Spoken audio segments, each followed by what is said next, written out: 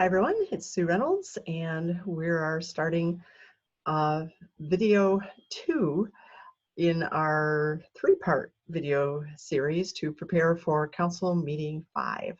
So a couple things. First of all, yeah, this is our second video. We did one video prior on preparing for this council meeting. Today right now with this video, we're going to talk about facilitating the meeting, and then there'll be a third video on activity crosswalks. So as we're thinking about this meeting, I know with the coronavirus and everybody being at home and trying to stay away from other folks, it may not be possible to have a face-to-face meeting. So I wanted to talk about a couple of options. So one option is that your council participates in this part of the discussion. That's number one. Another option is that just your steering team participates in the meeting. And I kind of would like to look at both of those. So ideally, we'd want your council to be there, especially because at this meeting, we're really introducing the idea of community organizations doing activities to address your focus goals. It'd really be nice to have the community there. And also then you have all different kinds of perspectives at the table too. It's just really good to have that council involved. But I understand that the reality just may not make that possible. So ideally, the best thing to do would be to have a face-to-face meeting like we always have.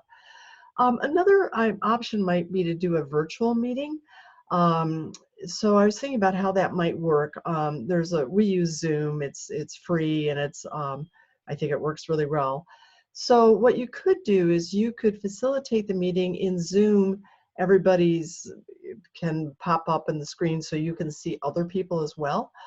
But the other thing that you could do is you could have it so that just you're presenting, and when you're ready for input, people could just type their input into the chat box. So that may be something that you play with. I think that would work really well. If this were me and I couldn't have a face-to-face meeting, I think I would do it with Zoom. So, but then the other option is if you just really can't get all of your council together, the other option would be to do the same thing, have the same meeting, but with a smaller group like your steering team, or maybe just the counselors and the principal. But you would do the exact same activities, but we would definitely want to get council input about activities before you had that steering team go through the agenda that your council would have gone through. So remember in the pre-meeting memo, if you decide that you're going to have just the steering team meet, in that memo, you can tell your council members to email you their input about activities. So again, I think you'll see why that's not the best way to go about this meeting, but in this time, things are so crazy, it just may be the way we need to go. So, okay, that said, let's go back to the process page.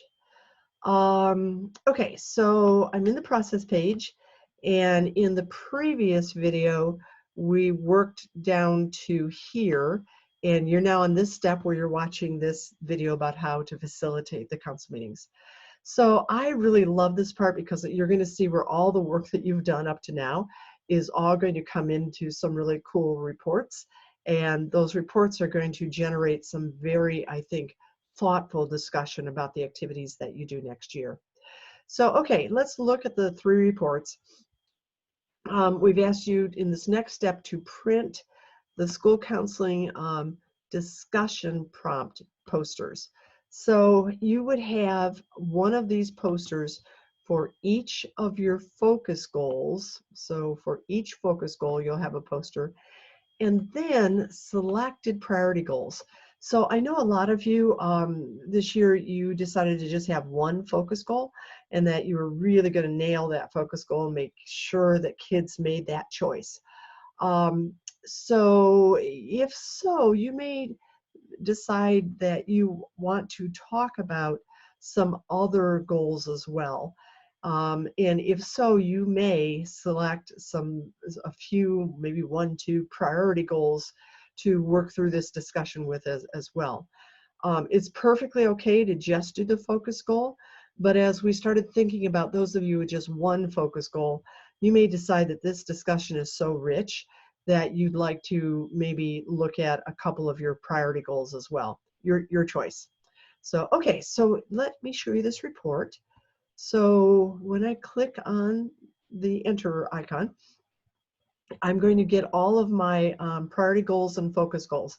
So for demo school, I've only entered 3 goals, and you can see 2 of them are priority, and 1 is focus.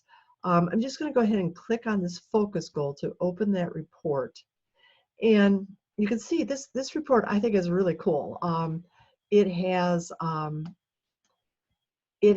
the name of the focus goal, then all of the activities that you entered previously that you're already doing that address this focus goal will appear in this report. And again, for demo school, I just put in 1 activity, but you probably have several for your focus goal that you're already doing. So, and then if we look across, you can see that in this report, when you entered the activity, and this is something I forgot to say in the last video, when you entered the activity, you indicated if the purpose of this activity was to introduce this choice or reinforce something, or you're actually going to the use where you're asking kids to do something with the information that you've given them. So in this first activity, so the focus goal is have academic goals for the coming school year. The first activity I've entered is annual case reviews for students with special needs, and and then the activity is that in the annual case review, they're going to do an academic goal and a plan. So in this, because we're actually going to come up with the plan and the goal during the annual case review, I'm going to introduce the idea of an academic goal. I'm going to reinforce, answer any questions that the students and parents might have. But then we're actually going to do it. So we're getting to use with this lesson. So this is kind of just like anytime we develop any kind of lesson, an academic lesson, we're looking at what's the purpose of that lesson. Is it to introduce a concept, to reinforce it, or to get to where kids are doing something different because of that lesson? So, okay, then we've got the grades. This is, again, when you enter the activity, you put down the grades. And then this is another thing I apologize, I skipped over when we were entering activities in the last video. When you're entering activities, we also ask you to estimate what percentage of the student body is participating in that activity. So we've said that only 8% of the students in grades 5 through 12 do this activity. So, so this is this report. You'll take this and blow it up into a poster. And then in the meeting, you'll discuss each of the activities and say, are we going to keep this activity, revise it, omit it? Or do we need new activities? If so, you'll add them to the list and check it off as a new activity. Or you may end up in the discussion with 5 new activities, but you can't do 5. So we're going to park some of the new activities, or the activities that would have been new, and just keep 1 or a few as new. So this is the discussion prompt that we're looking at right now. You'll have a poster that looks like this for each of your focus goals. And then if you decide, like if I thought, let me go back, I may decide, I only have 1 focus goal, but I'd like to have this discussion too about one of my priority goals and get some input for that one as well. So you have the ability to do this with more than just your focus goal if you want to, your choice. Okay, so that's the discussion prompt. And the nice thing is, notice that that there's no input. You've already done all of this input in previous steps. So we're just printing the report here. Okay, then during the discussion, we want the council members to be able to look at 2 other reports that they'll have with them at their seats. The first one is the focus goals report. And then the second one is the focus goals activity report. So the focus goals report, I'm going to open that up. And again, I have the focus goals will be listed here. There's only 1 focus goal in this school, so we're only seeing 1. And you can see that it's got the focus goal, it's got the root causes, It's got what's being counted for this focus goal, and then what the actual data is and what the target data is. In demo school, we don't have any student surveys in, so so this is not real for demo school. You'll have numbers in here for your student body. So what's being counted, survey data. And then on this one, I also wanted to count the percentage of students who have a goal on file in my counseling office. So my actual is 0. I put in a target of 50 for 50% for next school year, or this school year at the end of the school year, and then 100% by the end of next school year. So and again, you don't have to do anything. This is pulling information from your root causes that you entered last month, from the goals that you put in 2 months ago, from the data that you did in the very beginning of the year. This is where everything's falling into one place to help you consider your likelihood of reaching your goal and what you need to do with your activities to hit that goal.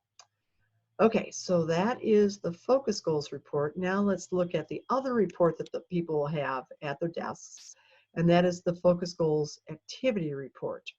So this is kind of the same information. Here's the focus goal.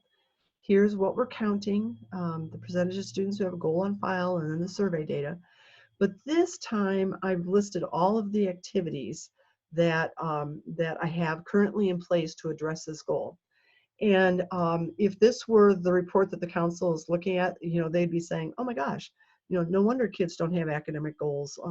We only do something with 8% of the kids. We need to do something different. And then hopefully before they came to your meeting, they've already looked for ideas about how to help kids set up academic goals. And they're going to come and have a wonderful in-depth brainstorm with you about things that you could do to make sure that every single student in your building had an academic goal. So, okay. So again, all of these we're pulling from information that you've put in the system all year. So the first one is the discussion poster. So you've got a poster for each focus goal and selected priority goals if you want to include some of the priorities. And then you've got these two reports that the council members are sitting with in front of them, so they can look at the data, the root causes, and the activities all in one place. Okay, this next step, you may not need to do this. If you did the pre-meeting activity that was in the memo that you sent to your council members, my guess is that as a steering team member, you did that because you're also on the council. But if you didn't, we just want to make sure that you have done that. When you get to the discussion about potential activities for next year and you're looking for new ideas, it's really important that the steering team members at least have done some in-depth searching for activities that would be good for that focus goal. So if you haven't done that already, just make sure that you've explored activities. Okay, then the next step is to conduct the meeting. I think this as a meeting is not too difficult to facilitate. Let me open up the slides here.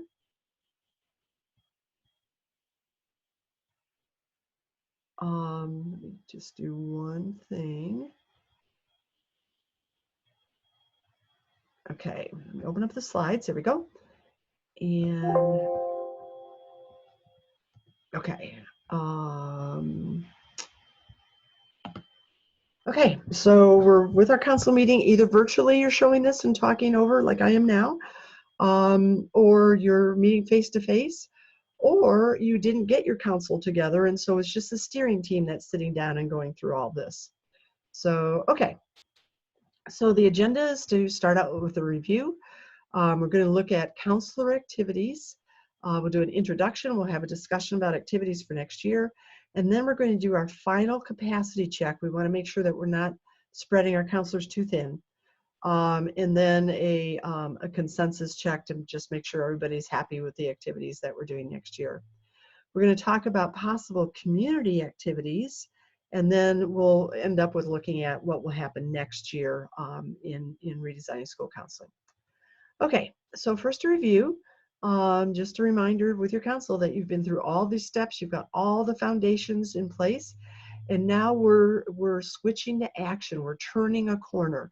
It's all been about planning and foundations and visioning, and now we're going to go to action.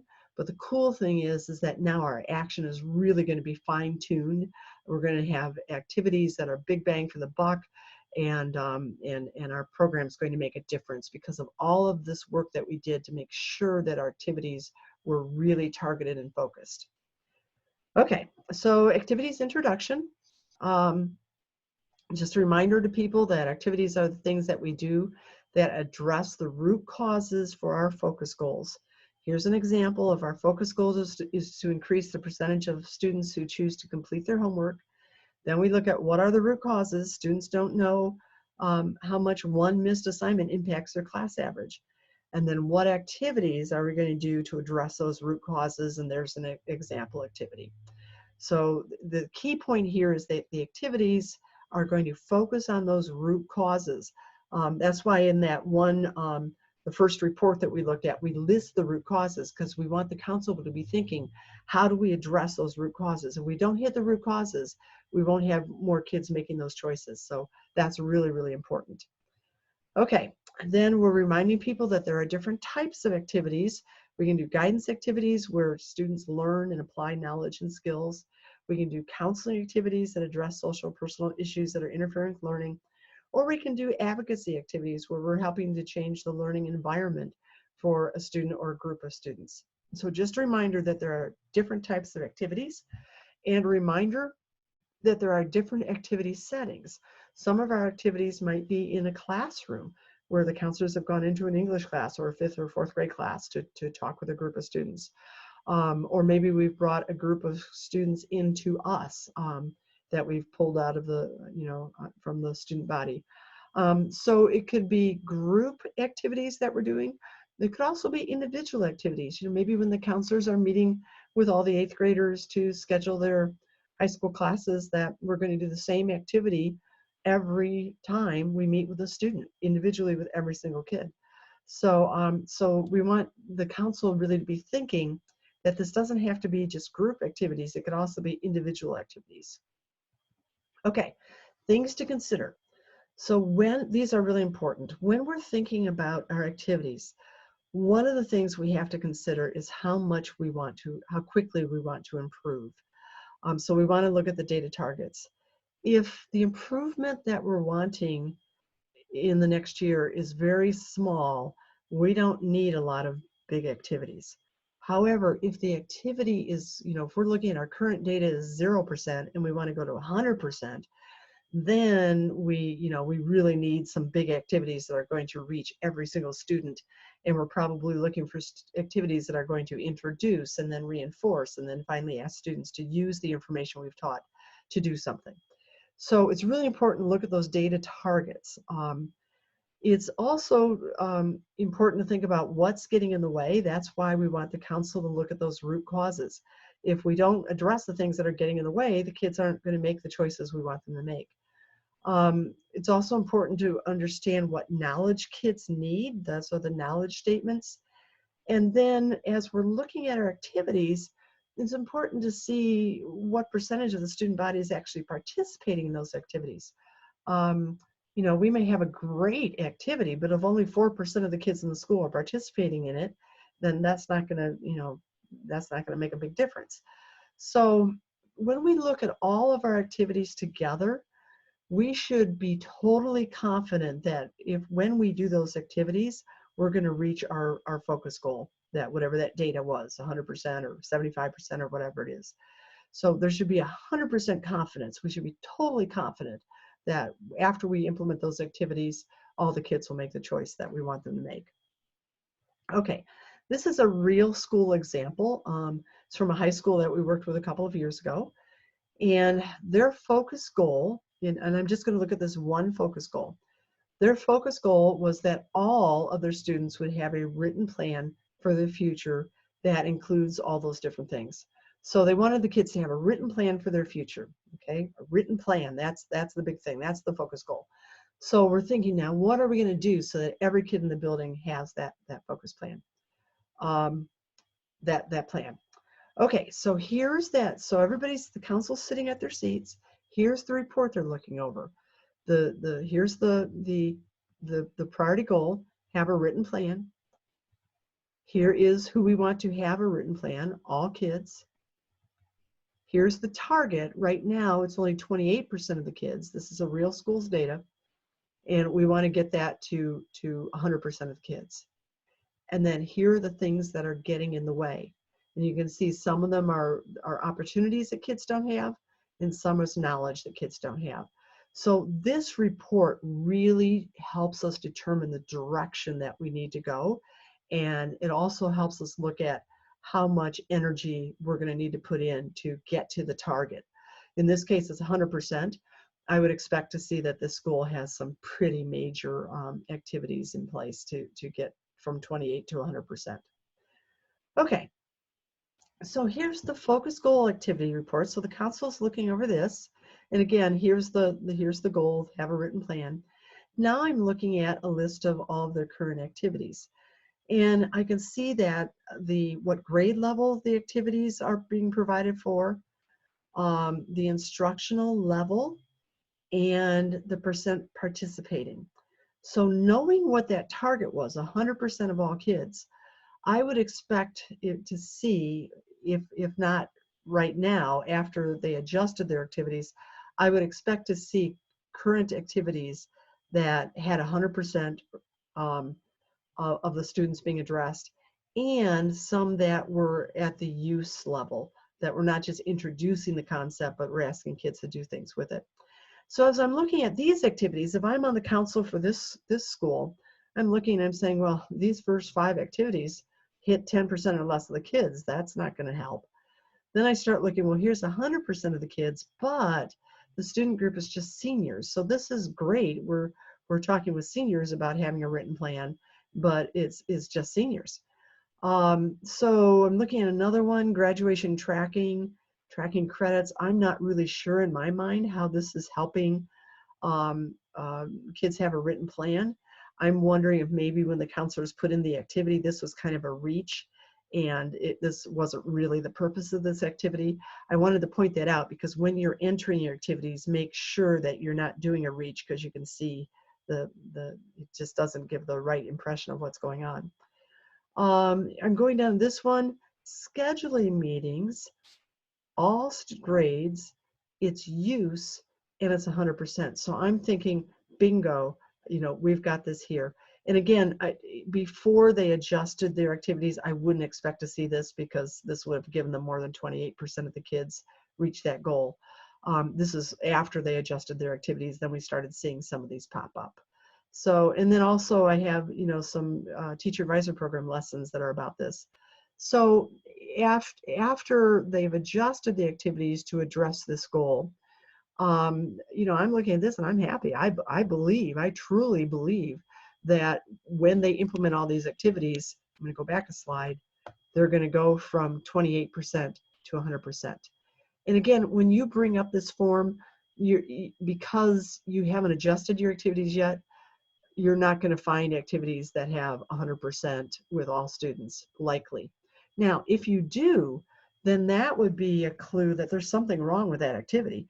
If this school were to tell me, oh yes, we're having these scheduling meetings and we're talking with every single student and having them do a written plan, but then they can only count up 28% of the kids have, plans in their file drawer in their desk, then we've got a problem with that activity. So yeah, so there's all kinds of clues in this data about what might be going on. So, okay, so we've got so we've gone over this example with the council, and then we're saying to them, there'll be a discussion prompt for each one of our goals. And the discussion prompt will look something like this. It'll have all of our activities listed here, and then it will have the level of implementation, the grades, the participation. And then for each activity, we're just going to go through and say, is this something we should keep? Should we revise this activity? Should we omit it? Or we might end up adding some new activities, and so we'll add some new ones. Or maybe we'll end up parking some activities to pull up later if we have time later. So yeah, so we've kind of given the council a heads up of what's happening. And then we're going to say, okay, let's have our first discussion. So focus goal number 1. And you would have typed in your goal here. And then you're just going to go through and say, okay, let's look at the focus goal report. And they'll find that focus goal and they'll read through the report. You know, you might want to point out again, there's the goal. There's which students are, you know, look at the students, look at our targets. Well, how far are we trying to get? Here's the things that are getting in the way. So for that one goal, they're going to look at that that focus goal report. And then for that one goal, let's look at the activity report. Here are the things that we're doing already. So just go through it, look at all the activities, the grade levels, the instructional levels, the percent participating in those activities. So keep in mind, you know, we wanted to get to whatever that percentage was, and then you're asking people to just look at those reports that are sitting in front of them at their desks. Okay, so now we're saying, okay, you've had some time to look at those reports. Now let's go to the poster, and then just one by one, you're going through the activities, and you're saying, okay, what do we need to keep, revise, omit? And then do we need to add anything? And my guess is because you want to increase that target percentage, people are going to say, we need to revise that activity. Right now, it's only for 3rd graders. We need to make it for our 4th graders and 5th graders also. Or they might say, you know, that activity was nice to introduce the concept in that 2nd grade activity, but we need to reinforce that again in 2nd grade later in the year, and then ask kids to use that information to make a different choice at the end of the year. So we need 2 new activities to reinforce and then get to the use step, instead of just introducing the idea. So yeah, so there will be some revisions in this. If there's not, you'll never reach that target data. So we've got to revise the activities and add new ones. Also, if there's activities that aren't working, get rid of them. You know, don't just keep doing it if you don't think the activity is working. And there may be other activities, of course, that you think are working. You just need to keep them and then add others to them. So yeah. So, and again, for those of you who have one focus goal, I would expect to see something really intense on this sheet, because, you know, with just one focus goal, you should have plenty of time to really nail that goal. So, okay. Then, if you have 2 focus goals, you're just going to repeat the last 4 slides. But this time you're going to do it for the 2nd goal. If you have 3 focus goals, you'll do it, you know, repeat again for the 3rd focus goal. If you only have 1 focus goal, but you want to add a couple of priority goals to think about discussing, you can do that too.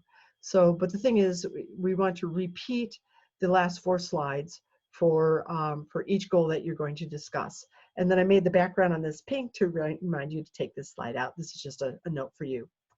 Okay, so then we're going to do a capacity check. So we've got these posters on the walls for each of your goals that you talked about. And we're wanting to remind people, you know, this is how much time our counselors have. We said for next year, we're going to spend X% of their time in guidance, teaching activities, X% in counseling, social emotional counseling, X% on advocacy, management, non-program. So given the time available, you know, are the activities that we have planned realistic? And counselors, this is the time where if you think it's not, you're stepping up and you're saying, you know, no, I can't do all these activities. You know, we need to make an adjustment. Once you get past this point, the expectation will be that the counselors do these activities and they do them well with integrity. So this is your last chance to speak up if you think that you're in over your head.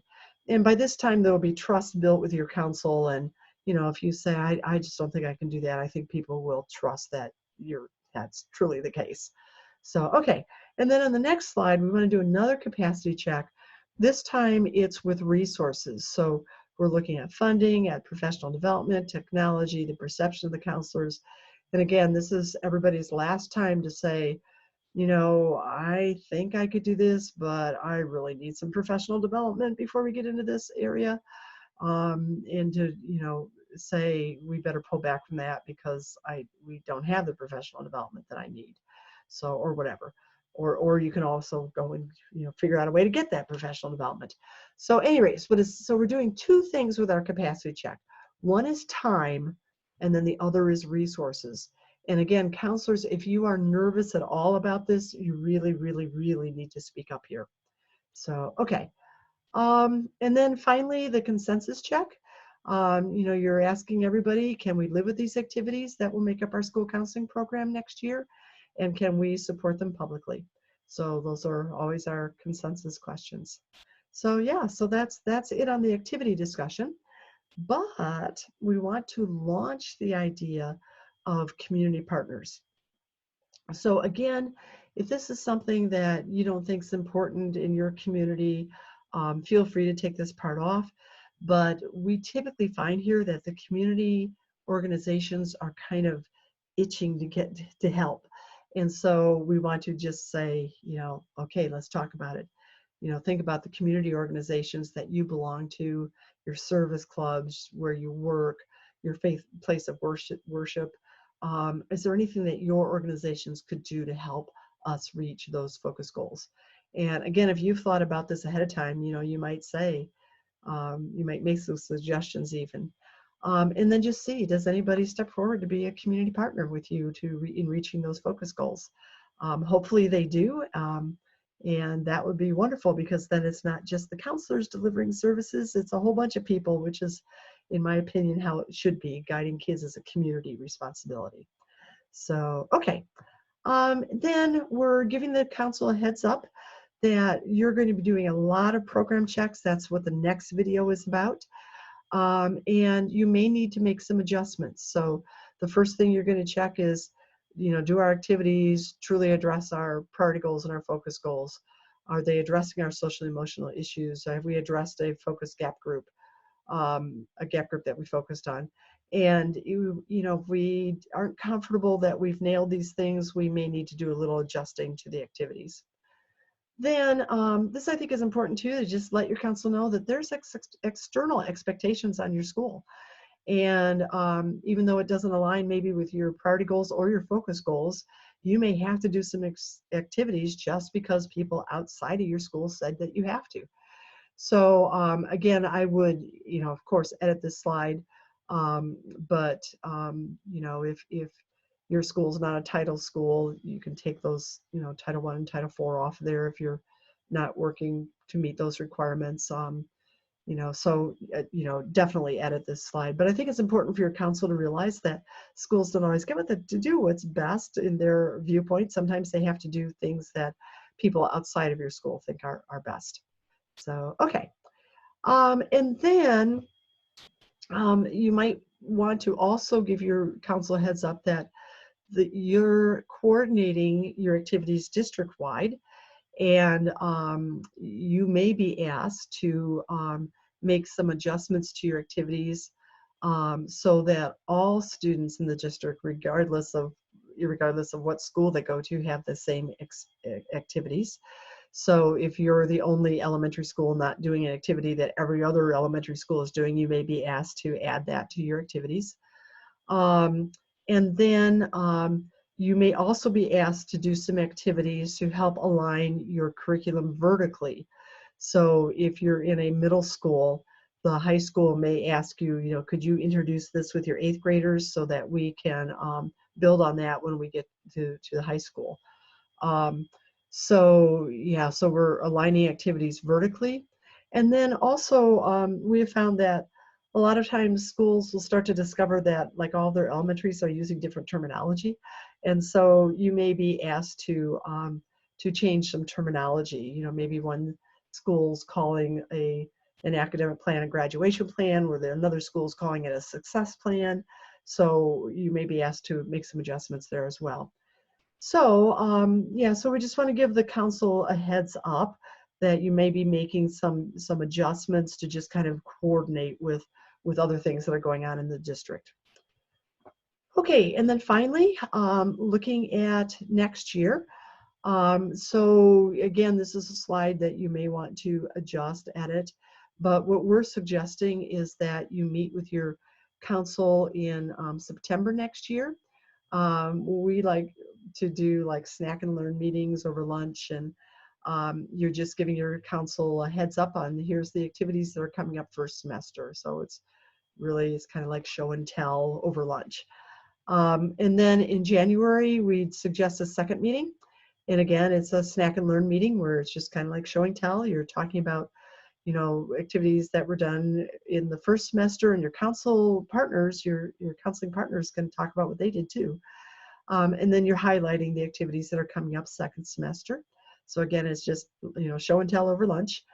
And then at the end of the year, we highly recommend that you have an annual council meeting where you look at your focus goals and the progress that you've made. Did you get to the percentage that you were hoping for? You make any adjustments that you need to in your foundations. Sometimes we find that schools actually, they'll reach their focus goals. And so now they want to make that focus goal a priority goal and tackle a new focus goal in the next year. So, there's lots of little adjustments that you can do. So, you might want to think about, are you planning to do these suggested meetings? And I highly, highly recommend, I can't say this strongly enough, that you have an annual council meeting. And then in terms of the steering team, next year you can let them know that the steering team is going to be monitoring academic implementation, and that in March you'll be giving the students a survey again to get your follow-up data. And then we have a video on how to facilitate this annual council meeting. So your steering team could just pop up that video and watch that to prepare for the council meeting. So yeah, so that's it. And then, telling your council thank you.